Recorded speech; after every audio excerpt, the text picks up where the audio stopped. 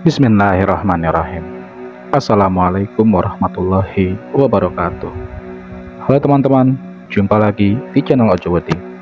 Terima kasih kepada teman-teman yang telah mendengarkan dan telah mensupport channel ini, agar channel ini makin berkembang dan bisa diterima oleh khalayak yang lebih ramai.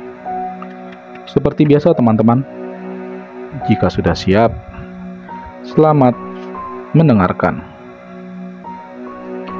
7 jenis kuntilanak yang harus Anda ketahui. Kuntilanak adalah hantu Indonesia yang cukup melegenda di berbagai pelosok daerah. Tapi ternyata kuntilanak juga memiliki banyak jenis yang berbeda. Setiap dari mereka memiliki kekuatan yang berbeda pula. Jenis kuntilanak menurut berbagai sumber yang telah dihimpun memiliki 7 varian. Jenis kuntilanak yang umum diketahui oleh masyarakat Indonesia adalah kuntilanak putih. Namun di samping itu masih ada 6 jenis berbeda yang patut kalian ketahui.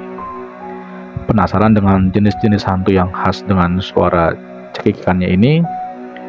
Simak selengkapnya di channel Ojowedi ya. Pertama, kuntilanak putih. Untuk jenis pertama dan yang paling umum adalah yang berpakaian putih. Mereka sangat umum dijumpai dan dikenal oleh masyarakat luas. Dikatakan bahwa mereka adalah perwujudan dari arah wanita yang mati penasaran. Selain itu, mereka memiliki kekuatan maupun energi gaib yang paling rendah di antara jenis yang lainnya. Yang kedua adalah kuntilanak merah.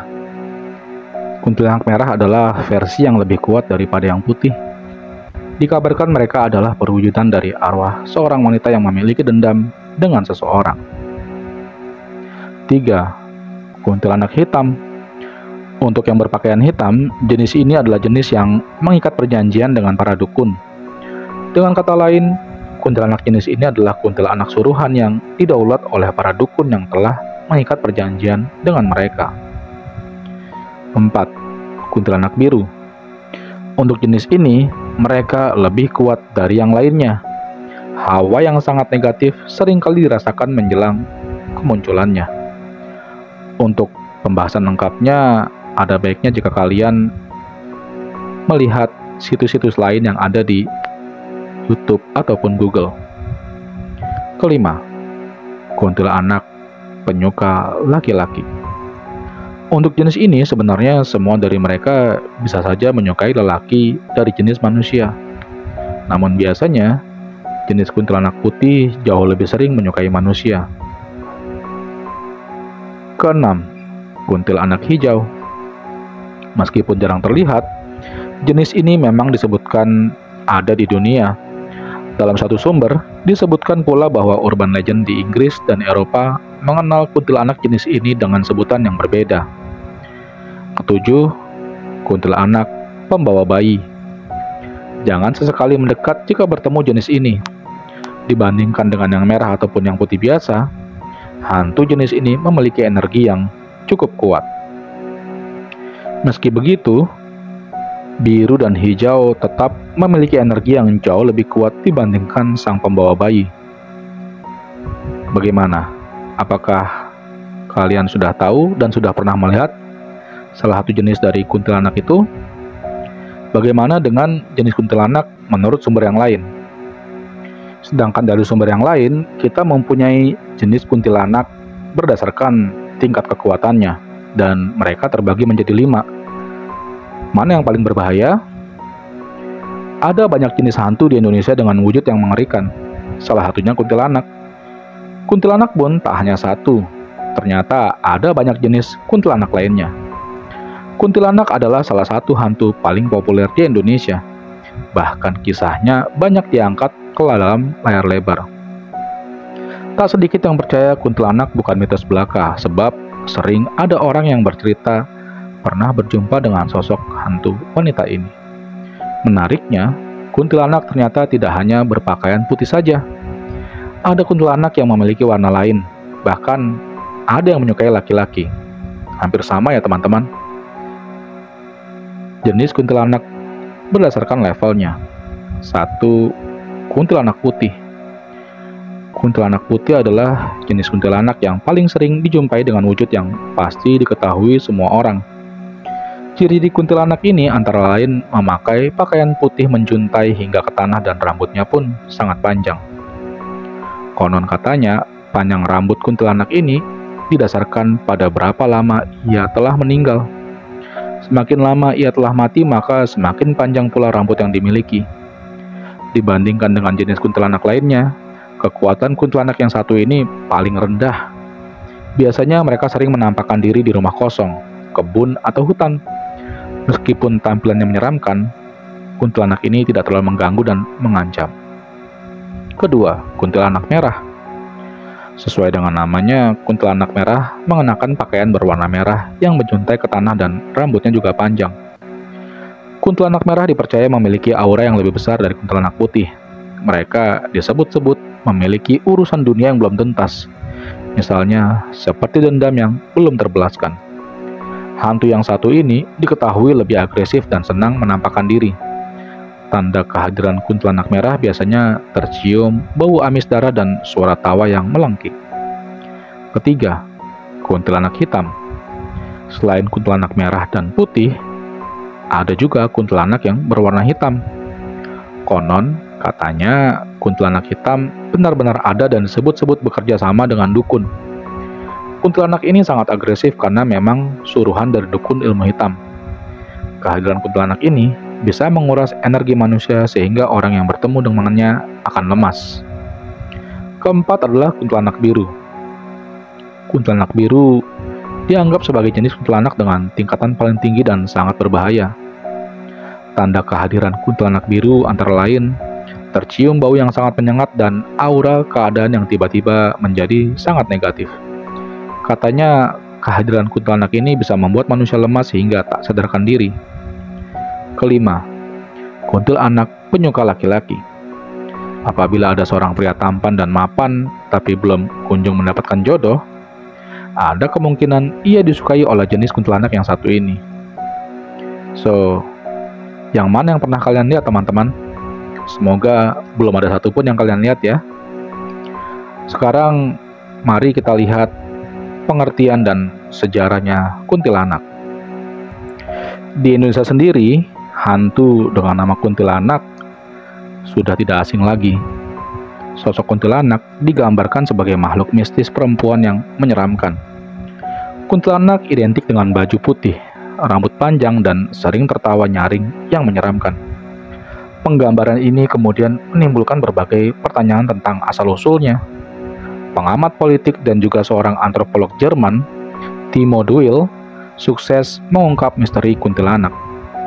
Penelitian Timo Duil itu berjudul Kuntilanak, Ghost Narratives and Malay Modernity in Pontianak, Indonesia, yang dipublikasikan Journal of the Humanities and Social Science of Southeast Asia pada tahun 2020.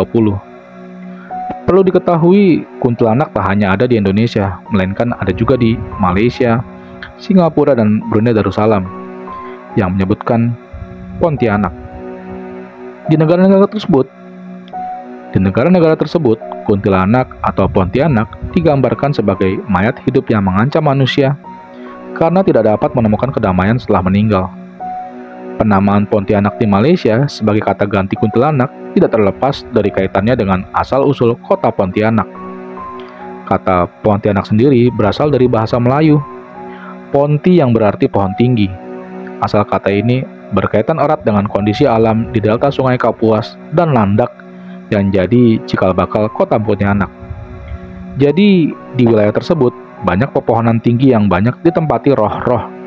Roh sendiri adalah pandangan lazim dalam masyarakat animisme.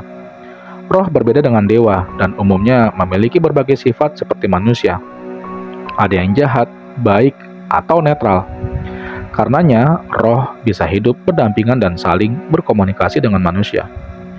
Namun, pandangan ini berubah ketika Syarif Abdurrahim menggusur pepohonan itu dan menjadikannya sebagai pemukiman yang jadi cikal bakal kota Pontianak. Menurut Timo, sejak penggusuran itu dilaksanakan, terjadilah perubahan sebutan terhadap roh tersebut menjadi Pontianak atau kuntilanak yang merujuk pada penunggu pepohonan tinggi. Ini juga yang membuat manusia modern mengidentikan pohon besar seperti beringin sebagai tempat tinggal setan. Lalu, mengapa roh tersebut jadi berubah menjadi seram dan identik dengan wanita? Jawaban atas hal ini dapat ditemukan dalam riset sejarawan Nadia Karima Melati berjudul Monsterisasi Perempuan dan Monoteisme. Kepada CNBC Indonesia, Nadia yang telah lebih dulu melakukan riset kuntilanak sejak tahun 2013 memaparkan jawaban menarik. Menurut Nadia, pandangan seram itu terjadi karena kedatangan agama monoteisme. Kehadiran monoteisme menolak adanya sosok spiritual lain selain Tuhan. Karenanya, pandangan roh bergeser menjadi hantu atau monster. Agama monoteisme diperkenalkan bersamaan dengan patriarki. Mereka memperkenalkan konsep ketuhanan yang maskulin, menggeser kemudian menghancurkan kepercayaan lokal yang berhubungan dengan roh dan alam, tulisnya. Berubahnya pandangan roh menjadi hantu tersebut selaras dengan pelekatan perempuan sebagai hantu. Hal ini disebabkan karena perempuan memiliki pengalaman erat yang dekat dengan kematian, sebut saja seperti kelahiran. Angka kematian yang tinggi pasca kelahiran membuat perempuan diasosiasikan sebagai hantu. Hal ini tentu tidak dapat dibenarkan. Meski begitu, penggambaran kuntilanak sebagai perempuan yang menyeramkan sudah terlanjur berakar karena sering dipopulerkan oleh film dan cerita misteri, dan ini susah untuk diubah kembali. Lalu, mengapa ada sundel bolong? Ya, sundel bolong dalam bahasa Melayu yang artinya sundal bolong adalah mitos hantu dari Nusantara yang umumnya digambarkan sebagai wanita cantik berambut panjang dan bergaun panjang warna putih yang bolong, berlubang atau tembus. Di bagian punggung yang sedikit tertutup rambut panjangnya sehingga organ-organ bagian perutnya terlihat. Banyak yang menyangka bahwa sundel bolong sama dengan kuntilanak, karena dalam mitosnya, keduanya digambarkan sama-sama berambut panjang dan mengenakan gaun putih. Hal yang membedakan antara penggambaran sundel bolong dengan kuntilanak adalah punggungnya yang bolong atau berlubang. Mitos sundel bolong juga telah menjadi mitos yang umum di Malaysia setelah dibawa oleh imigran-imigran dari Nusantara. Penamaan sundel bolong berasal dari pelafalan Nusantara untuk istilah sundal bolong. Sundal umumnya merujuk pada wanita jalang atau pelacur, dan bolong adalah bahasa Jawa yang berarti berlubang atau tembus, yang merujuk pada penggambaran hantu sundel bolong yang mempunyai lubang di bagian punggungnya yang telah tembus ke depan. Dalam mitos Nusantara, hantu sundel bolong adalah arwah penasaran dari wanita yang mati karena diperkosa dan kemudian melahirkan anaknya di dalam kubur. Sundel bolong menurut mitos juga suka mencuri bayi-bayi yang baru saja dilahirkan. Sundel bolong menurut mitos sangat malu dengan lubang pada badannya dan selalu berusaha menutupinya. Hantu sundel bolong dikatakan sering menjelma sebagai wanita cantik yang berjalan seorang diri di jalan yang sunyi. Ada dugaan bahwa mitos ini dahulu diciptakan dan disebarkan di Nusantara untuk menghindarkan wanita yang berjalan sendirian saat malam hari di pedesaan dari gangguan laki-laki yang berniat jahat, terutama untuk memperkosa. Perwujudan ini sangat kuat digambarkan dalam film horor Indonesia tahun 80-an, di mana banyak diperankan oleh aktris Kawakan Susana. Tidak sedikit film horor dari Indonesia yang telah menggunakan sundel bolong sebagai pokok cerita. Namun, yang dianggap telah mempopulerkan sundel bolong adalah film Sundel Bolong sendiri, tahun 1981. Dari Rapi Film yang disutradarai maestro film Sisworo Gotama Putra dan dibintangi Susana yang telah dikenal sebagai ratu horor Indonesia kala itu. Film lainnya yang juga meminjam mitos sundel bolong pun mengikuti setelah kepopuleran film tersebut.